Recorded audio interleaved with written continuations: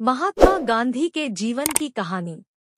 महात्मा गांधी, जिन्हें लोगों प्यार से बापू कहकर पुकारते थे, वह एक साधारण से दिखने वाले व्यक्ति थे जिन्होंने अपना पूरा जीवन अपने सिद्धांतों के आधार पर व्यतीत किया और आज हम सबके लिए एक सिद्धांत है। आज हम उस महापुरुष के जीवन की कहानी पढ़ने वाले हैं जिसने हमारे देश को आजाद करने में महत्वपूर्ण योगदान दिया, जिसके फलस्वरूप आज हम आजाद भारत में आजादी से सांस ले रहे हैं।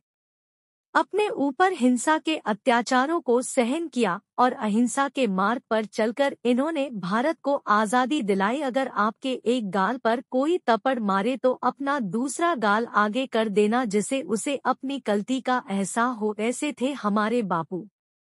महात्मा गांधी हमारे देश के साथ दूसरे कई देशों में भी प्रसिद्ध है, इसलिए विभिन्न देशों में महात्मा गांधी की मूर्तियां स्थापित है। हमारे देश की 72 साल की आजादी के बाद भी महात्मा गांधी के सिद्धांत हमारे साथ मौजूद है, क्योंकि हमें बचपन से सिखाया जाता है कि बुरा मत देखो, बुरा मत सुनो, बुरा मत कहो। हमारे देश के हर नोट पर जो विद्यमान है अहिंसा के पुजारी, जिन्हें हम बापू कहते हैं, और हमारे देश के राष्ट्रपिता महात्मा गांधी के जीवन के बारे में जाना हमारे लिए एक प्रेरणा और उनके जीवन से बहुत कुछ सीखने का अवसर प्रदान करता है।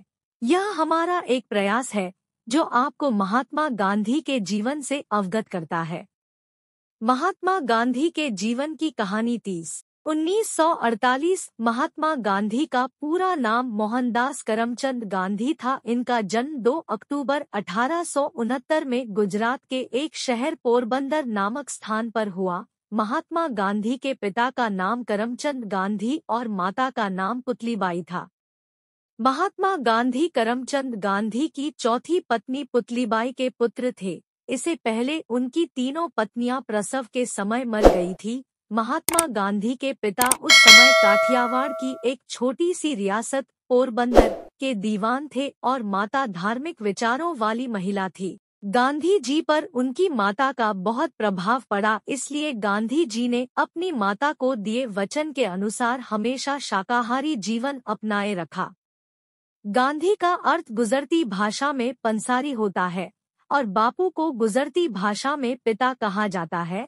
गांधी को पहली बार महात्मा गांधी राजवैद्य जीवराम कालिदास ने संबोधित किया था और फिर उन्हें महात्मा गांधी के नाम से पुकारा जाने लगा। सुभाष चंद्र बोस ने आजाद हिंद फौज के सैनिकों के लिए उनका आशीर्वाद और शुभकामनाएं के लिए रंगून रेडियो से उन्हें राष्ट्रपिता कहकर पुकारा था। तो इस प्रकार महात्मा गांधी को अलग अलग लोगों द्वारा अनेक नाम दिए गए थे।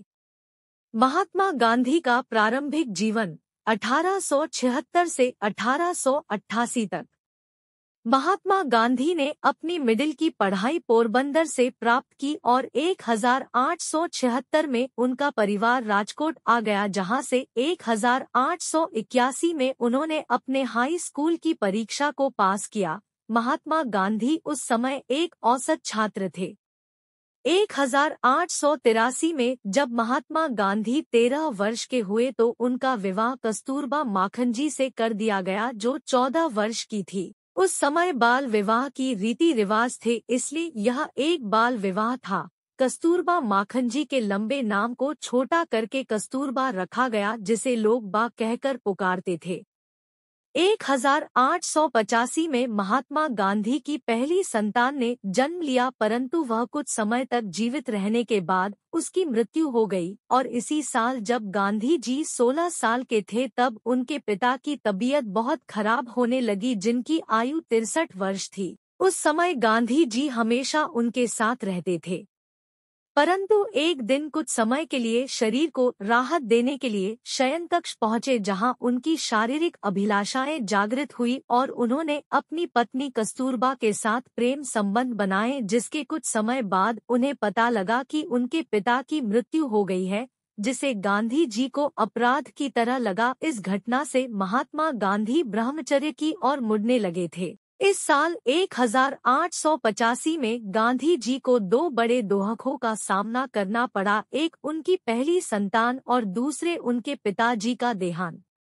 1887 तक आते आते महात्मा गांधी ने अपनी मैट्रिक की पढ़ाई पूरी कर ली और इसके बाद उन्होंने श्यामलदास कॉलेज भावनगर में प्रवेश लिया और कुछ परेशानियों के चलते उन्होंने एक सत्र बाद उसे छोड़ दिया। उनकी परेशानी का कारण उनके परिवार वाले चाहते थे कि वह बैरिस्टर बने क्योंकि वह सबसे अधिक पढ़े लिखे अपने परिवार में इकलौते थे जो अपने पिता और चाचा की तरह दीवान बन सकते थे। इसलिए उनके पारिवारिक मित्र ने सलाह दी कि अगर महात्मा गांधी लंदन से बैरिस्टर बन जाए तो वह आसानी से दीवान बन सकते हैं। इसलिए 1888 में Mahatma Gandhi ji university college London में कानून की पढ़ाई करने गए। इस प्रकार गांधी जी बैरिस्टर बने के लिए लंदन यानी इंग्लैंड गए। महात्मा गांधी की संतान और उनका जन्म 1888 में इंग्लैंड जाने से पहले महात्मा गांधी की पहली संतान के रूप में बेटे का जन्म हुआ जिसका नाम हरिलाल गांधी रखा गया। मोहनदास करमचंद गांधी और कस्तूरबा माखनजी की 4 संतानें थी जो सभी पुत्र थे। 1888 में जन्मे पहले बेटे का नाम हरिलाल गांधी रखा गया। 1892 में जन्म लेने वाले बेटे का नाम मणिलाल गांधी रखा गया। 1897 में जन्मे तीसरे बेटे का नाम रामदास गांधी रखा गया। 1900 में पैदा होने वाले बेटे का नाम देवदास गांधी रखा गया। महात्मा गांधी की विदेश में शिक्षा और वकालत। महात्मा गांधी इंग्लैंड।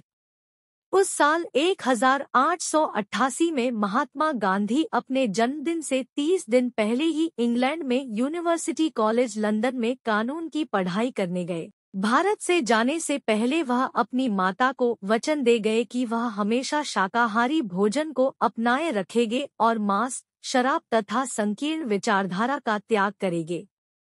लंदन में रहते हुए उन्होंने कई तरह के अंग्रेजों के रीति रिवाजों का अनुभव किया और अपनी माता के वचन का पालन भी किया। कुछ समय तक शाकाहारी भोजन न मिलने से समस्याओं का सामना किया, परंतु बाद में शाकाहारी भोजन उपलब्ध करने वाले स्थानों के बारे में उन्हें पता लगा और फिर उन्होंने वहां शाकाहारी समाज की सदस्यता ग्रहण की।